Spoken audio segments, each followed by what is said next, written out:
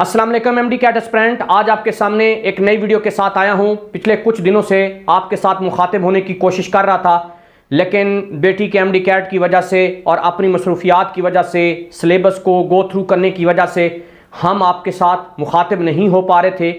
मेरे पास आज आपके लिए एक बहुत ही अहम सबसे बड़ी स्टोरी है कि हमारे सेनेट की कायमा कमेटी बराए सेहत का इजलास होने जा रहा है और ये 10 जुलाई को होने जा रहा है। इसके अंदर मुतवक्को फैसले क्या किए जा रहे हैं, एक तो ये स्टोरी आपके सामने रखूँगा। दूसरा, आज सिंध ने IBA सखर से MD कैट को कंडक्ट करने की जो पॉसिबिलिटी थी या जो जिम्मेदारी थी वो वापस ले ली है। अब ये देखना है उन्होंने ये जिम्मेदारी किसको दी है। तीसरी, बच्चे बार बार हमसे पूछ रहे हैं, हमसे रजिस्ट्रेशन भी करवा रहे हैं, हम उनकी रजिस्ट्रेशन कंप्लीट भी कर रहे हैं।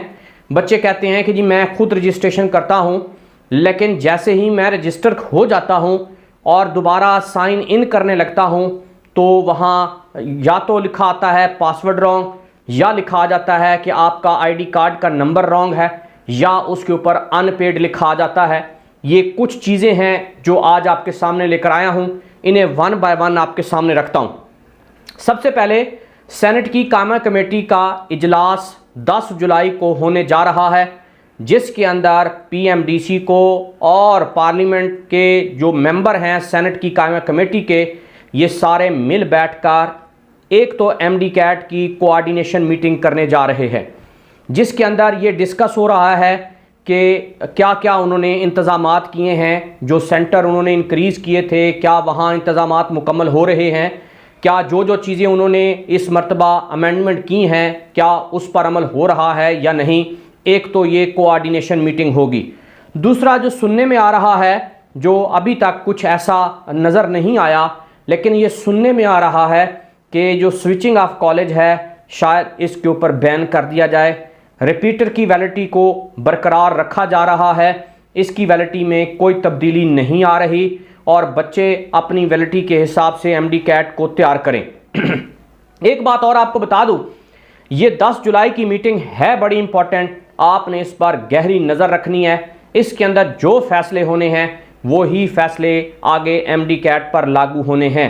क्या यहाँ जुवेनाइल कार्ड के बगैर MD कैट देने की इजाज़त हो पाएगी? क्या बेफाम के बगैर रजिस्ट्रेशन मुमकिन हो पाएगी?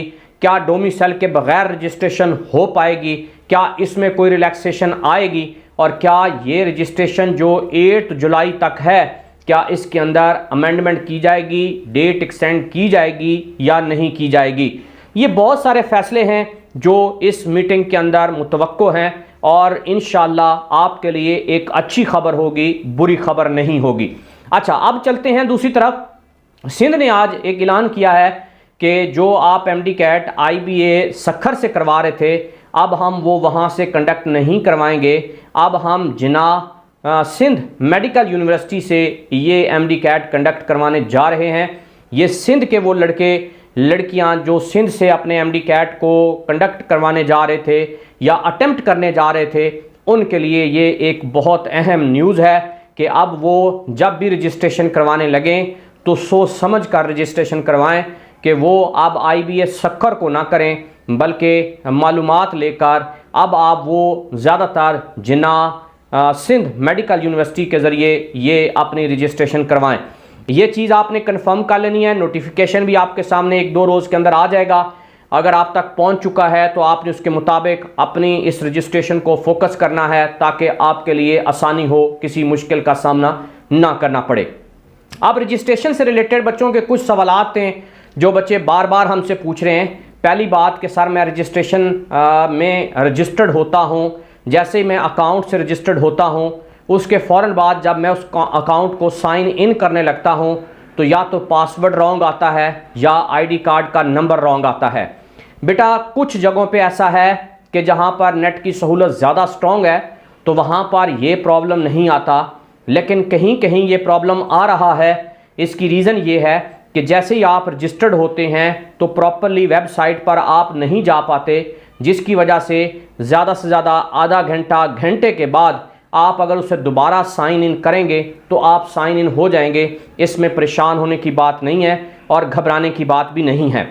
लेकिन अगर आधा घंटा करने के बाद भी आप वहाँ पर साइन इन नहीं हो रहे तो फिर आप अपना जीमेल जो एड्रेस है वो चेंज कर लें। अच्छा, एक बात और, यहाँ बच्चे किसी के जीमेल एड्रेस से रजिस्टर्ड होते हैं और साइन इन करने लगते हैं तो उसका पासवर्ड जो PMDC देती है वो चूँकि आपके पास रजिस्टर्ड नहीं होता, इसलिए वो पासवर्ड आपके पास आता नहीं है, आप वो पासवर्ड लगा नहीं सकते। जब आप पासवर्ड नहीं लगाते तो आप साइन इन नहीं हो पाते।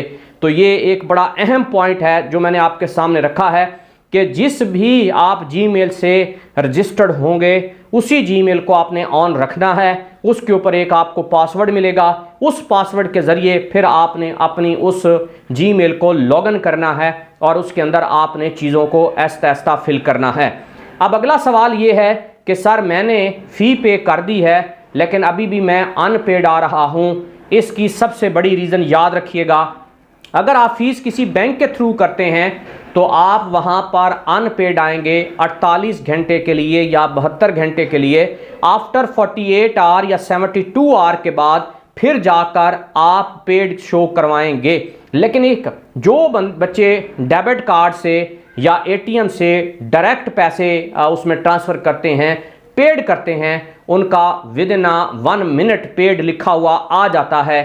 अब एक सवाल और बच्चे कर रहे हैं बार बार, सर मेरा स्टेटस तो पेड आ रहा है लेकिन मुझे रोल नंबर स्लिप नहीं मिली। तो याद रखना है आपने, इसकी roll number slip MD CAT conduct होने से 2 हफ्ते पहले आएंगी, इशू होंगी, और आपने उसके साथ टच रहना है ताकि आपको आपकी रोल नंबर स्लिप का पता चलता रहे।